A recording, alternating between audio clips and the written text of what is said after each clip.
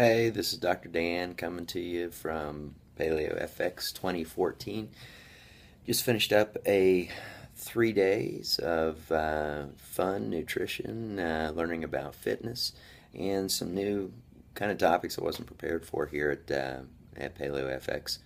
The uh, the weekend was pretty strong. A lot of good energy throughout the crowd. A couple people really stood out here.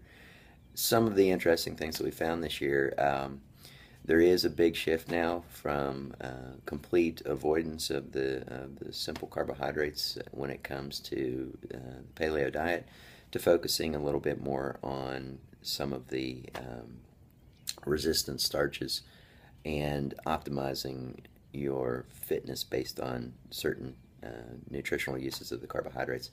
So this is a new undercurrent for paleo, but everybody seems to be getting on board with it, so it's pretty cool.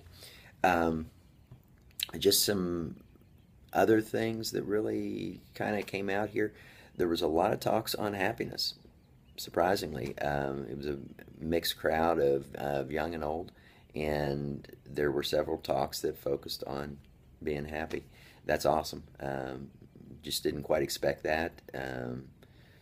The talks were, some of them people got it, some of them didn't. People didn't. I'm talking about the speakers, um, but it was really an area of strong interest. I mean, these sessions were well attended.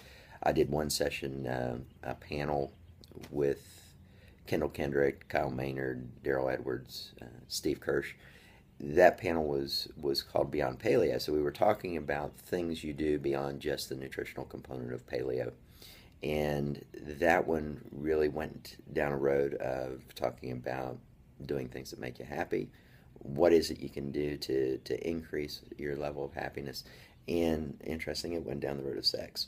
Um, People were very interested in that topic, and they've asked for more discussion on it next year. So it was kind of an interesting crowd. Now I did a talk on longevity and health optimization, and I expected mostly the older crowd there, but surprisingly, got a lot of mixed crowd. A lot of young females, young males, a lot of great questions regarding what they can do to optimize their health for healthy longevity. So I was really pleased to see that. That was something that really surprised me.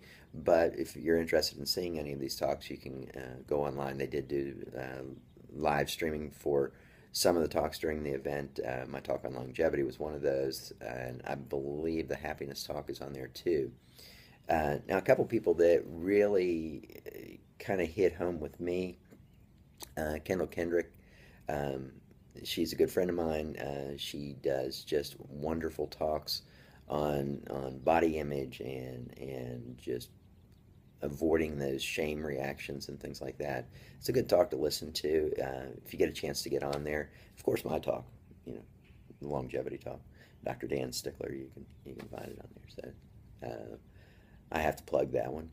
A couple people there that I need to really mention. There was a woman by the name of Hillary Bromberg. I had not heard of her before. I had not seen her at any of the ancestral health events or anything like that.